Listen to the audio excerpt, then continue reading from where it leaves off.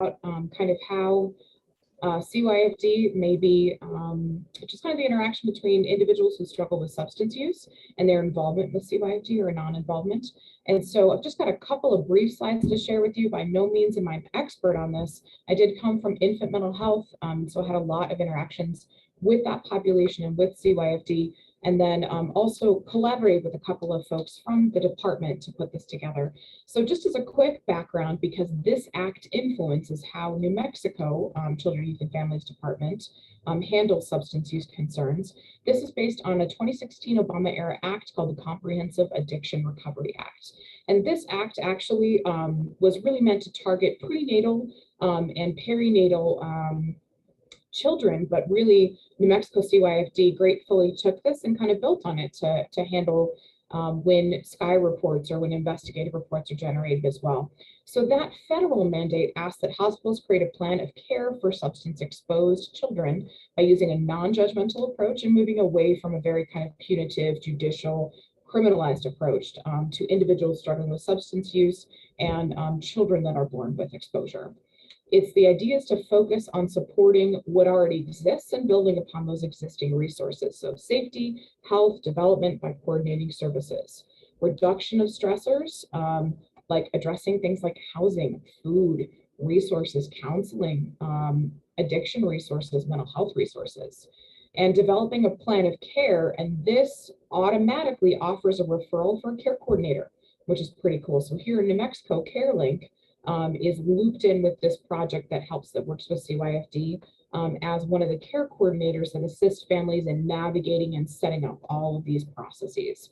The nice thing also is that a caretaker can be defined as anyone. So it can be kinship guardianship, it could be foster parent, it could be mom, it could be dad, it could be uncle. So it's a pretty broad act, and I did include the act in my references too, just so you can see it. So here's a quick snapshot, and there's 2 slides of this, and I could not tell you any information about the sample size of the study, but I did include this in my link. So this was basically 4 years after the CARE Act had been mandated and put into practice. They took a brief provider survey and looked at a couple of things, and so it's all listed, but this was in 2020, and so I'm just going to draw your attention. I know it's really small to the center here. But basically what it asked providers was to either strongly agree all the way to strongly disagree with this statement: a person who is using substances while pregnant should automatically be referred to CYFD. It's pretty split. So in the center here, 20% of these participants of providers said yes, and 18% said somewhat disagree.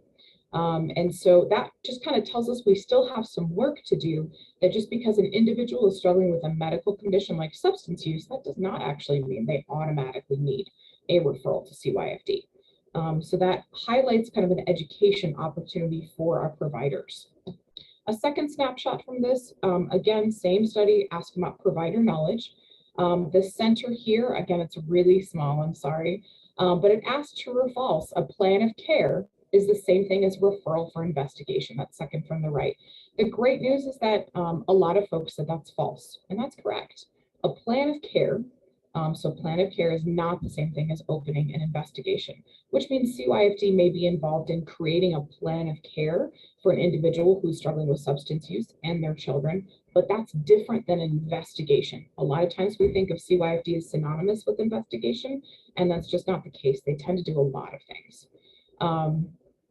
The second from the right, substance use during pregnancy is considered criminal conduct under New Mexico statute. Another really good thing that the majority of folks said false, and that is correct.